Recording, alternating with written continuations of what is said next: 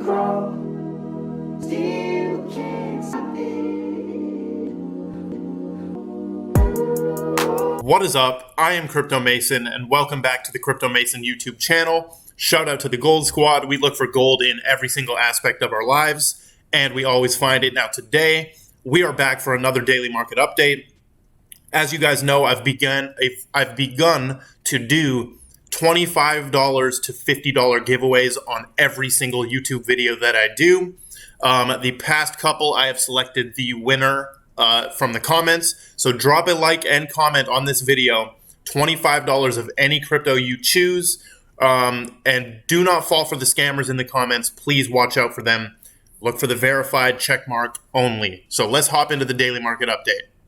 All right, so starting with our reminder to follow me on Twitter right here. Go follow me on Twitter. Also, follow the Gold Squad. August is coming, right? AU on the periodic table is gold, and we have August, which starts with an AU. August is coming, folks. Make sure you follow the Gold Squad Twitter as well. Right there, we're almost at 14,000 followers on that. Also, Las Vegas, August 26 to 28, I will be in Vegas for the community conference right here, NFT and Metaverse conference. You can buy tickets. You have 11 days only to get this early bird pricing on the tickets. Use the link at the top of my description. So scroll to the description of this video and you will find a link right there. Use that link to buy some tickets. Wendy will also be going, Jay Chains, a couple other people. I will be speaking. Meg will be speaking as well. So go check that out. Now, moving into the daily market update, still above $1 trillion, bro. We're still above $1 trillion. And I'm going to say that every time we get on here, it is very crucial to look at that total crypto market cap because, I mean, it is just a market cap, but it really matters in showing you like the psychology of where we're at. So we're still above $1 trillion. 24-hour volume is 82 billion. Bitcoin's at 23,000. ETH is almost at 1,600 still. XRP 35 cents. Cardano 50 cents. We've got a really cool Cardano article at the end of this video. We've also got some good XRP stuff and some good ETH stuff in this video. So make sure you're watching till the end. Hedera 7 cents. Quant $100 still. I wouldn't be buying Quant at $100. Like I would wait until this comes down. Comes down a little bit. Because inevitably, I think it will. I think it will come down a little bit. But if it doesn't, I mean, you should have been buying at $50 anyways. So that's what the market's looking like. Curve DAO. You guys know I'm bullish on Curve DAO for the long term. It's a long-term DeFi 2.0 play, in my opinion. Also, we've got Atom pumping today, Rune pumping today. Everyone asked me what I think about Rune or Thorchain. I don't know enough to talk about it, bro. I need to look into that. But here's what the altcoins are looking like. We've got Bitcoin still on the up, basically, right? And that daily market cipher reversal, what did I say yesterday? We needed a red candle. We did pump huge yesterday. Is this yesterday? Yeah. We did pump almost to 24,500 yesterday, but inevitably closed the candle out at $23,223. Dude. That reversal symbol, I mean, that's still sort of valid, right? I gave it a shot. I gave it one more chance to print a red candle. We've now printed, or we're in the process of printing a red candle on today's candle. So maybe we see this come all the way back down. Honestly, I don't care, dude. You got to zoom out to the macro. Look at what we're looking at here. We're simply looking at a range of 24,000 to 17,000. And that's all we've been doing. No massive upsides, no massive downside. I mean, if you bought, like if you placed a limit buy order at 17,500 and you held until it went up to 24,000, you made 32%. So there's that opportunity. And I mean, that's mainly for the people who are like buying every day on Bitcoin. They're up on a lot of that money now. Now let's get into some of the stuff that JP Morgan is saying about the market right now. Because usually we do the opposite of what JP Morgan is saying. And they are literally coming out and saying that the extreme bearish phase seen in the crypto market between May and June appears to be behind us. So they're basically saying it's bottomed out and it's up only from here. The bearish phase is done, is what JP Morgan is saying. They're sort of like, if you look at July, we started July, let's see. Started July 19,000, pumped to 22,000, went back to 19,000, pumped to 24,000. Like, July has been pretty good. But it's still just this stupid little snake going like that, right? Up and like we go up and we come right back down. It's like one step forward, one step back type stuff. Now, JP Morgan also is saying that they're seeing crypto retail demand improving. And this is the end of the intense deleveraging phase. And then they're using the Ethereum merge as the excuse or the reason for this. So guess what, folks?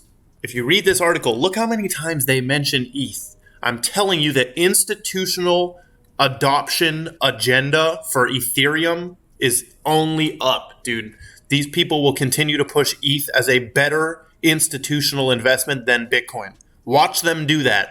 And then we're going to see extreme amounts of Ethereum extreme amounts of money flow into Ethereum. Especially after the merge is done, they will use that as an excuse to put more money, like billions and millions, into ETH. They will use that as an excuse. They'll be like, wow, ETH is upgraded now. And that will be what the articles say. Like, institutions buying up ETH after the merge, etc. Speaking of the merge and just Ethereum in general, Vitalik Buterin says by the end of its roadmap, Ethereum will be able to process 100,000 transactions per second. 100,000 transactions per second, folks. And then this dude says, meanwhile, it's already been happening on Bitcoin for years. Obviously, that is false. This is a Lightning Network, right? Lightning Network. There's this huge debate about whether Lightning Network is like centralized or if it's a layer 2, etc. But ETH, I would love to see it at 100,000 transactions per second. All the other networks can already do that. Congratulations, you're catching up to all the other networks that can already do this stuff. Interesting. Hashpack is coming out with their phase 1 staking launching tomorrow. This is for Hbar. You will be able to select a node to stake your balance to. There will be no rewards until phase 2. And yes, you will be able to stake. You will be able to select a node to stake in Hashpack tomorrow. So another staking option, folks. You have Stater. You have this. And then there's a couple other ones that I might be covering in some future videos. But you can stake your Hbar tomorrow on Hashpack. Very cool. We have some Elon updates right here. So first of all, Elon Musk says Tesla has not sold any Dogecoin. Last time I checked, I don't even know if they have any. Like, there was no proof that showed their holdings of Dogecoin. How much Dogecoin does Tesla have, right? And then also Tesla sold almost $1 billion worth of Bitcoin in Q2. 75% of their Bitcoin holdings. 75% of their Bitcoin holdings. That is pretty dang crazy. Yeah, insane. Now, we have a couple mainstream articles coming out, and then we'll wrap this up. The SEC has charged a former Coinbase product manager with insider trading. This dude is named Ishan Wahi, and he has repeatedly tipped the timing and content of upcoming listing announcements to his brother and his friend. Holy cow. So basically, he's an insider at Coinbase, or he was. And obviously, he knows when the listings are going to happen. And he's telling his brother and he's telling his friend when those listings are going to happen. Pretty dang insane. They allegedly purchased up to 25 crypto assets. And then look what the SEC says right here. Okay, the SEC claims this. Ahead of those Coinbase announcements, which usually resulted in an increase in the assets' prices, Nikhil Wahi and Ramani allegedly purchased at least 25 crypto assets at least 9 of which were securities? Huh? And then typically sold them shortly after the announcements for a profit. What? Why would they throw that in there? At least 9 of which were securities. So what assets are these? What assets are these? Is this the actual ETH address right here? Shout out to Kobe for finding the actual ETH address. Shout out to Kobe, dude. Are these them right here? Chromatica, DAP Radar, Rack. Like, these are the ones that he was buying. Insane. So which one of those are securities? Like, dude, 9 out of 25 are securities? Tell us which ones, right? That might be more important than just being in a Blockworks article. That statement, I don't know where they're getting that from. Oh, is it right here? Yes, it's right here. So if we type this in now, if we type securities, look at that. Allegedly purchased at least 25 crypto assets, at least 9 of which were securities. We are not concerned with labels, but rather the economic realities of an offering. Okay? In this case, those realities affirm that a number of the crypto assets at issue were securities. And as alleged, the defendants engaged in typical insider trading. So look what they're trying to do. They're trying to say that at least some of these were securities, so therefore we can enforce our little rules on this. Rest assured, we'll continue to ensure a level playing field for investors, regardless of the label placed on the securities involved. Right there, they're blanketing all cryptos as, securities. Right? As today's case, and by the way, they earned a $1.1 million off of this. As today's case demonstrates, whether in equities, options, crypto assets, or other securities. They're roping it in right here. Right? I'm telling you, there's a big agenda here. I swear they're going to come for Coinbase, dude. I swear. That's what this feels like when they do this. Because that means Coinbase listed securities. Am I tripping on this? Do I need to read this more or something? Because they're clearly saying 9 of which were securities. Okay, now which assets were those? Like, I need Kobe to give me the ETH address right here. Does he actually give the ETH address? Let's see. I'm sorry, I'm doing live due diligence right here. Nothing sus about this, sir. They just realized that these tokens were good investments based on their fundamentals. That's hilarious. The wallet it got funded from twice. So we see ZachXBT's on it. So this is a big thing, dude. And this, you got to pay attention. I don't care about this case. I don't care about the insider trading. I care about that they're calling these securities right there. Dang. Okay, moving on. This is the Cardano secret sauce, folks. I'm slowly starting to warm up to Cardano, I swear. All these articles, I don't know what type of press run they're doing, but these are convincing me. And this is a very, very cool feature, admittedly. This Cardano secret sauce brings it into view of the global financial infrastructure. Now, what's the secret sauce?